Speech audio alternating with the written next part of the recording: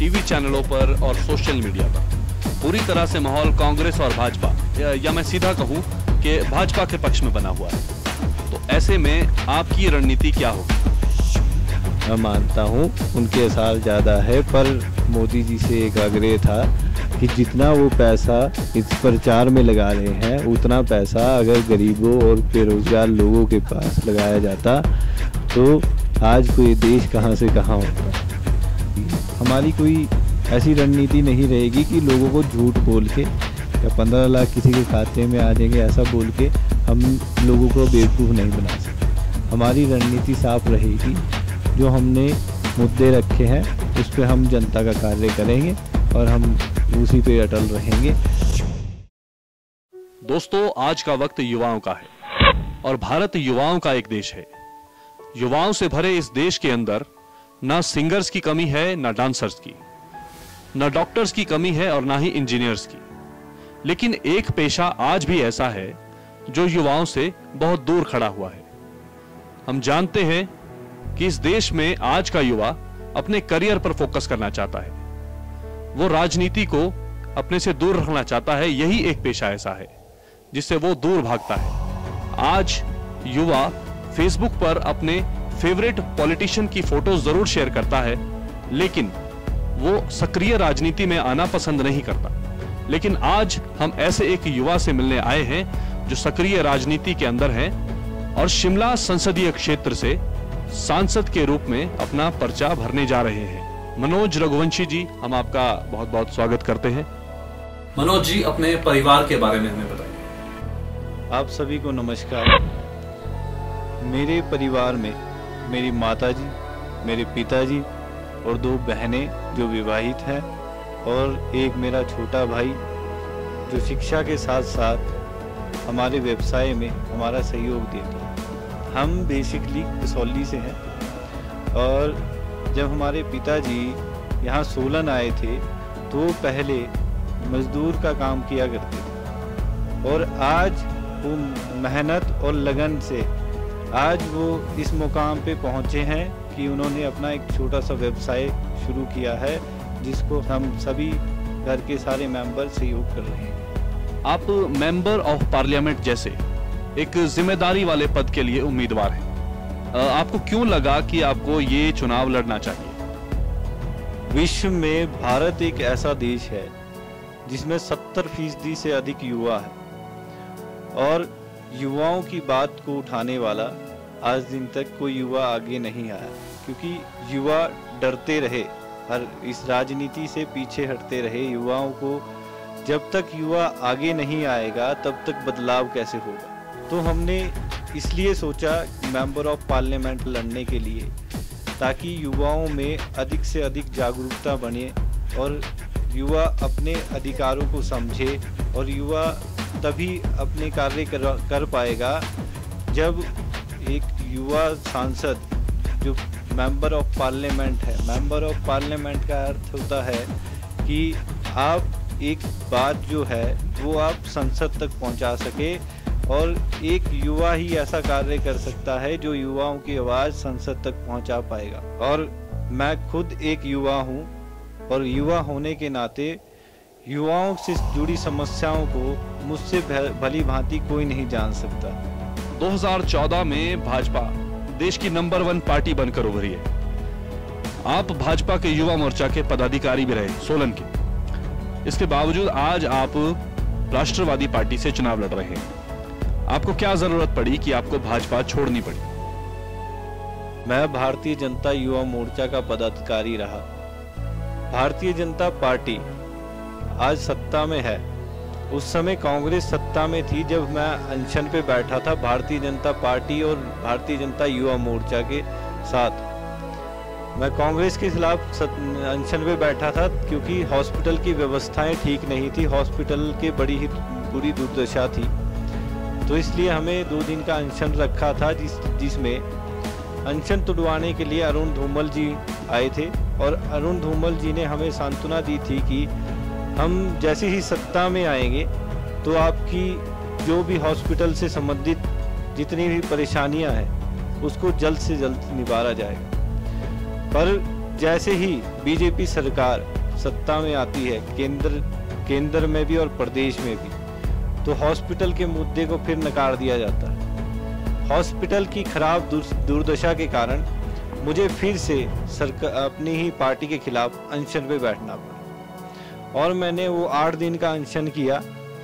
8 दिन के अनशन के बाद डॉक्टर सहजल जी हमारा अनशन तोड़ने आए, तो उन्होंने फिर हमें एक लॉलीपॉप पकड़ा दिया गया और हॉस्पिटल की व्यवस्थाएं अभी तक नहीं सुधरी है। हॉस्पिटल में अभी भी डॉक्टर नहीं है। हॉस्पिटल में कई ऐसी मतलब सफाई की बात करें, हॉस्पिटल में सफाई भी कोई व्यवस्थित नहीं है। इसलिए मुझे भाजपा छोड़नी पड़ी और मुझे चुनाव में उतरना पड़ा दूसरी पार्टी से।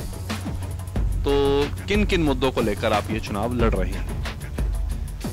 हमने जो मुद्दे रखे हैं वो आम आदमी से जुड़े मुद्दे हैं, जो शिक्षा, स्वास्थ्य और रोजगार। अगर एक व्यक्ति को अच्छी शिक्षा मिलेगी तो अच्छा रोजगार मिलेगा, अगर रोजगार अच्छा होगा तो अपना इलाज अच्छा करवाएगा।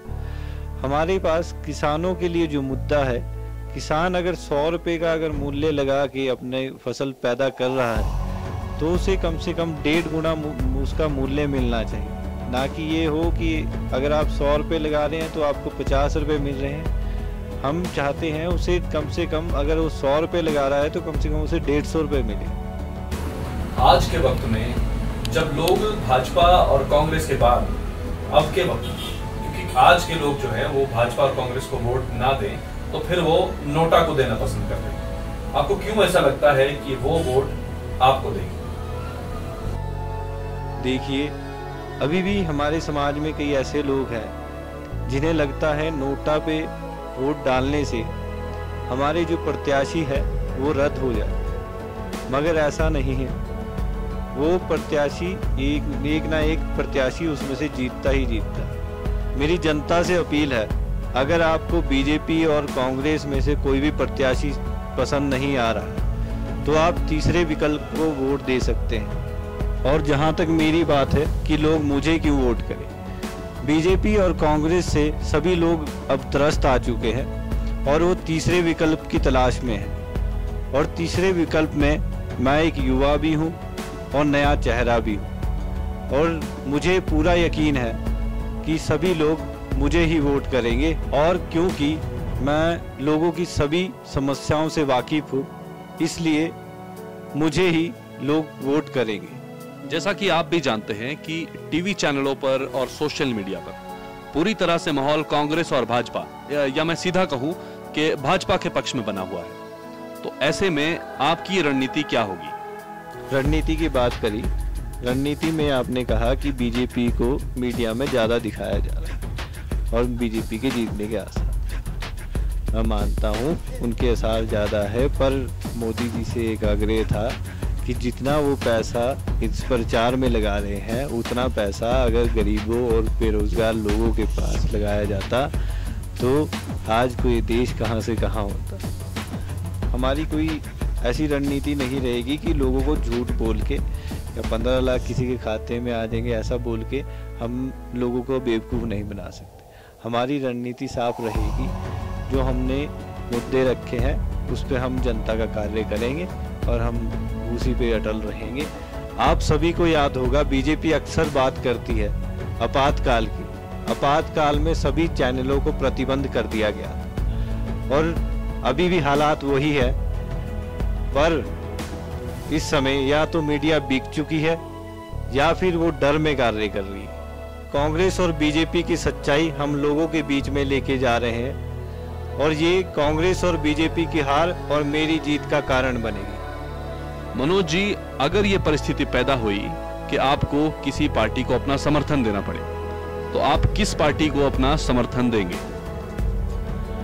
समर्थन की जहां तक बात है तो हाईकमान का जो फैसला होगा वो हमें मानना है, पर एक शर्त है, जो लोगों की हित की बात करेगी हम उस पार्टी से समर्थन करेंगे। बीजेपी और कांग्रेस परिवारवाद पे जनता का मूर्ख बना रही है और अब जनता जागरूक हो चुकी है और जनता इस बार बीजेपी और कांग्रेस को मुंह तोड़ जवाब देगी और मुझे अपनी आवाज बनाकर संसद में भेजेगी ताकि मैं हर एक व्यक्ति और युवा की आवाज़ संसद में उठा सकूं। युवा होने के नाते मैं सभी लोगों से एक अपील करना चाहता हूं। आप सभी ने कट्टरता पे बिहाफ पे बीजेपी के कट्टर, कांग्रेस के कट्टर, कट्टरता के बिहाफ पे सभी को आपने कांग्रेस के उस प्रतिनिधि को चुना या बीजेपी के उस प्रतिनिधि को चुना जो चुनने लायक नहीं था।